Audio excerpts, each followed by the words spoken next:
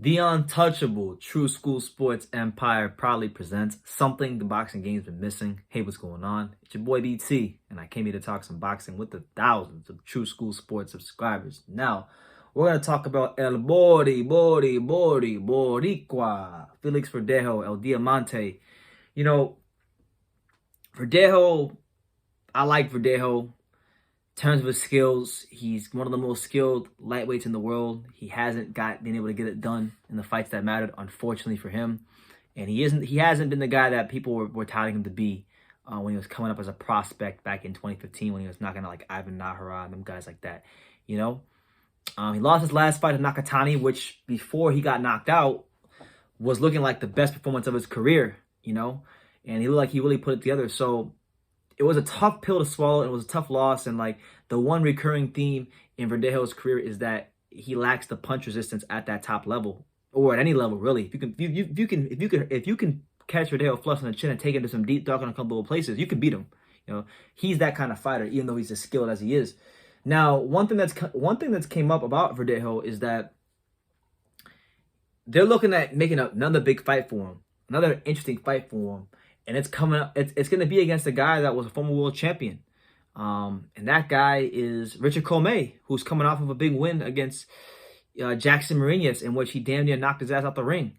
So Bob Arum said that it would be an interesting fight that they're looking at, and I think it's an interesting fight because it's the perfect definition of a crossroads fight. I mean, if the Nakatani fight was a crossroads fight, then what the hell is this? This is the ultimate crossroads fight at 135, because you have a guy that in Commey that's been to the mountaintop. He's been champion. He's been in there with Teofimo Lopez, and he's proven himself to be above a certain level at 135, and he's trying to get back into title, get back into fighting for a world title. And then you have a guy in Verdejo who was supposed to be the next Puerto Rican pay-per-view star and fill the shoes of Miguel Cotto, and he has fallen so short of that in his career. And this would be his chance to put a great name on his resume in Commey, and these are two guys in both Verdejo and Commey that they're not necessarily known for the punch resistance.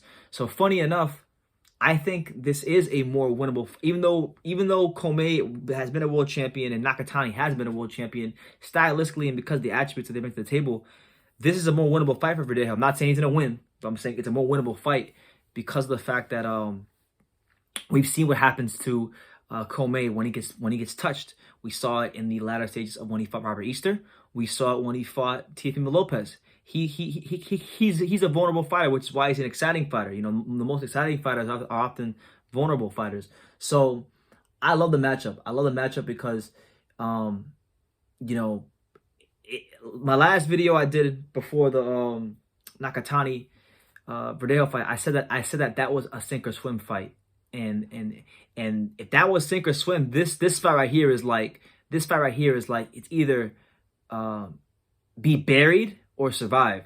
This is about survival for Verdejo. This is about respect for Verdejo. This is about him just being a factor in boxing, because a third loss on his resume and a second consecutive loss would automatically make Felix Verdejo an opponent. It would make him an opponent. It'd make him a gatekeeper, and it'll make him someone that he is what he is in boxing. But a win here against Commey, it still gives you that little bit of hope that, hey, this guy can still be a factor at 135. He can still fight the top 135 pounders in the world because he has defeated the next world champion in Commey, a guy that is not easy to beat or look good against. Only special fighters like Teofimo Lopez can look good against Richard Commey. You see what I'm saying? So I like the fight. And then for Commey, right, he's really one of the most likable guys in boxing. I have the utmost respect for Commey, and honestly, he's someone that I actually want to interview on the channel very soon. So Richard Commey, if you see this interview, man, I hope if you see this video, I hope to see you on the channel one day. We can definitely chop it up, man. But he's someone that I think sometimes people underrate him. I think I don't think people give Commey the credit he deserves. I'm not saying he's the best fighter at 135 or anything like that, but he's the fighter that, like, when he was supposed to fight Lomachenko initially and then got injured, I still want to see him fight Lomachenko because I think he would give Lomachenko a great fight. And maybe if he wins this fight, you know, maybe we're talking about Commey versus Lomachenko and a fight that was supposed to happen but didn't happen.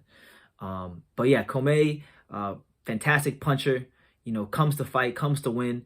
And he's one of the true warriors of the sport, and he does the whole continent of Africa proud. He does his country of Ghana proud every time he goes in that ring.